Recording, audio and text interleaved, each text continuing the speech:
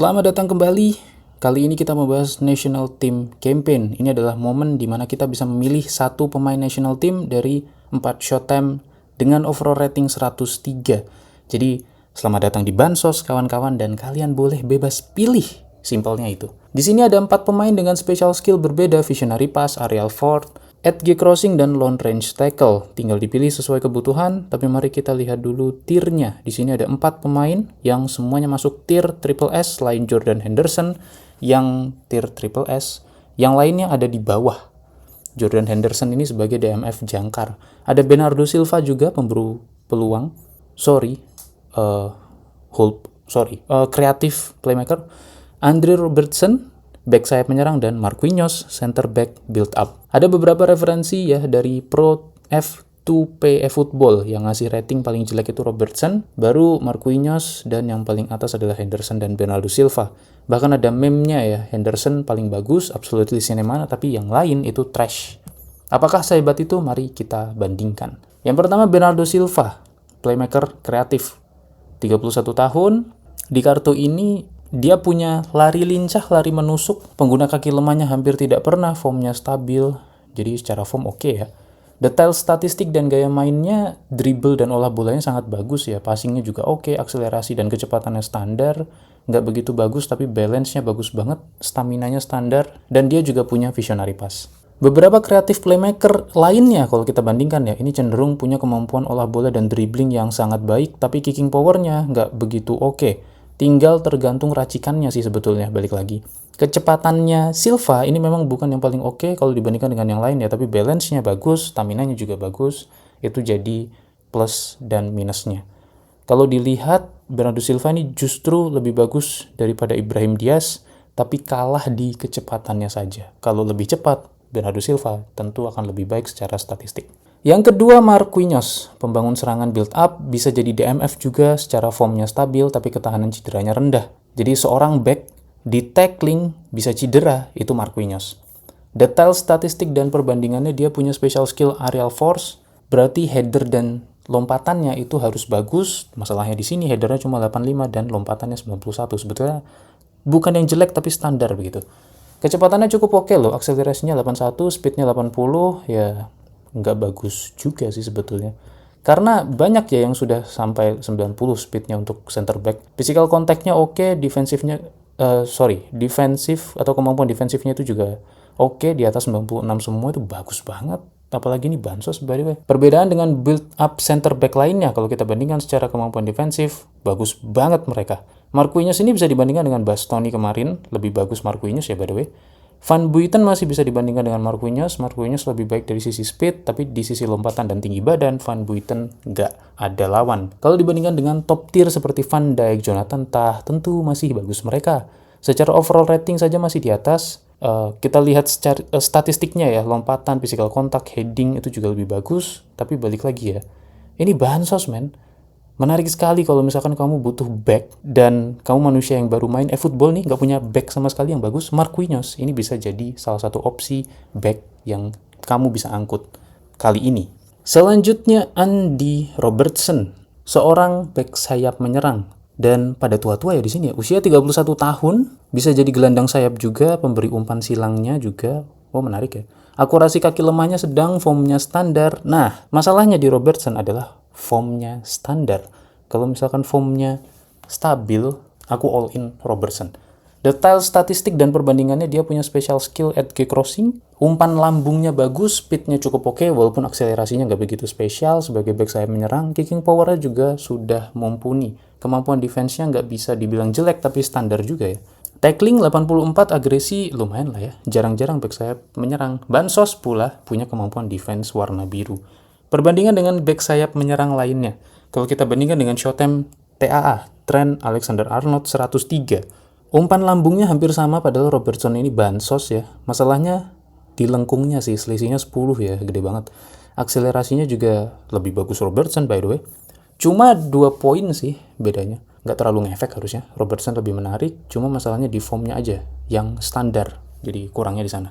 Kalau dibandingkan dengan Epic Yuto Nagatomo yang sama-sama 103, mending ambil Robertson menurut aku daripada Gacha Yuto Nagatomo, bener gak? Sama-sama 103, punya Edge crossing pula, mending Robertson.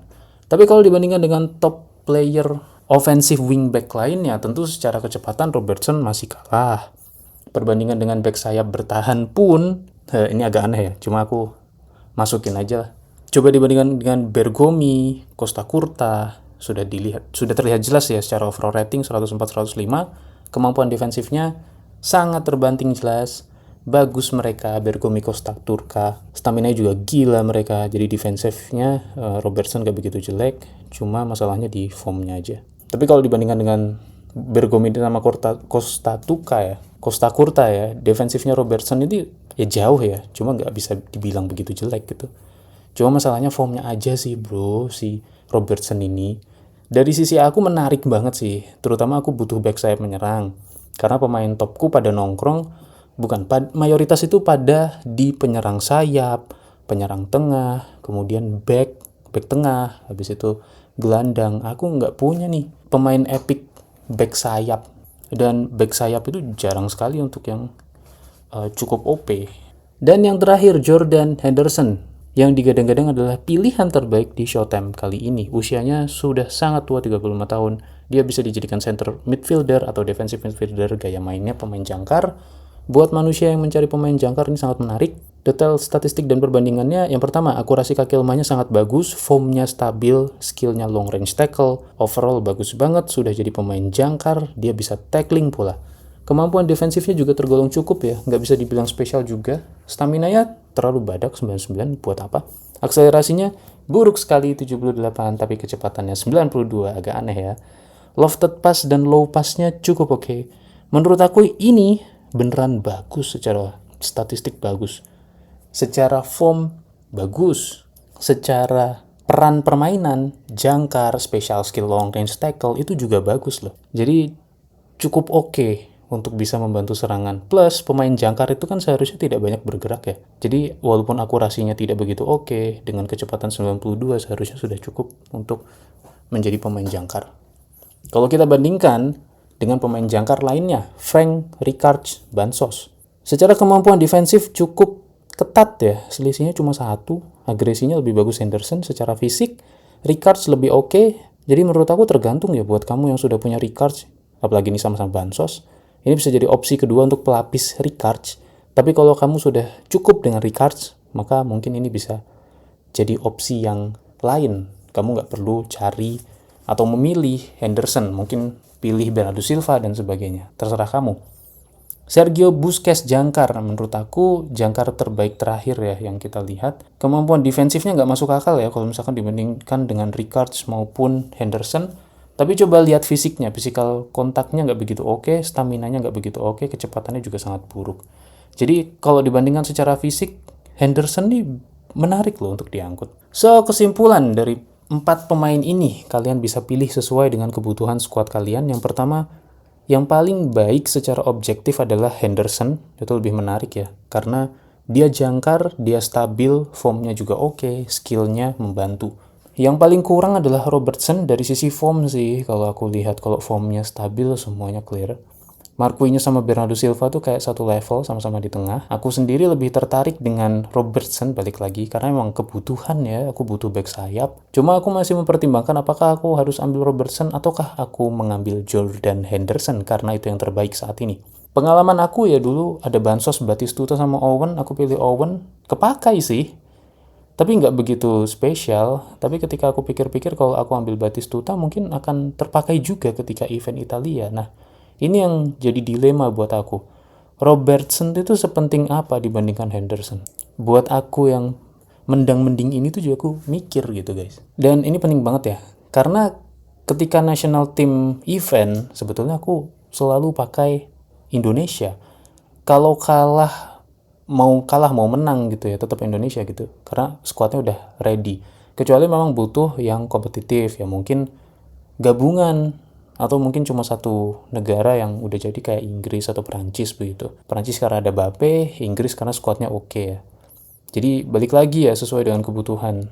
Tapi ingat, event ini berjalan 13 hari, masih ada waktu 2 minggu untuk kamu memikirkannya. So balik lagi ya, ingatin diri sendiri juga bahwa Jordan Henderson itu yang terbaik, Robertson itu yang paling bawah, Marquinhos dan Bernardo Silva itu sama-sama di tengah. Karena eventnya sudah cukup lama, buat teman-teman yang sudah mengambil dari keempat pemain ini, tolong info di kolom komentar rasanya seperti apa, supaya dari sisi kami bisa membandingkan bahwa ternyata yang paling oke itu siapa. Karena ada loh orang-orang seperti aku yang belum memilih, tapi ada loh orang-orang yang seperti kalian yang sudah milih dan bisa merasakannya. Karena dari aku kan sisinya statistik, form, dan sebagainya ya. Nah, real time-nya, real life-nya dari teman-teman yang di kolom komentar. Jadi tolong dibantu semuanya, kasih review di kolom komentar. Sebelumnya, reviewnya seperti itu gambarannya. Aku kembalikan lagi ke kalian. Semoga ada manfaatnya. Terima kasih semuanya.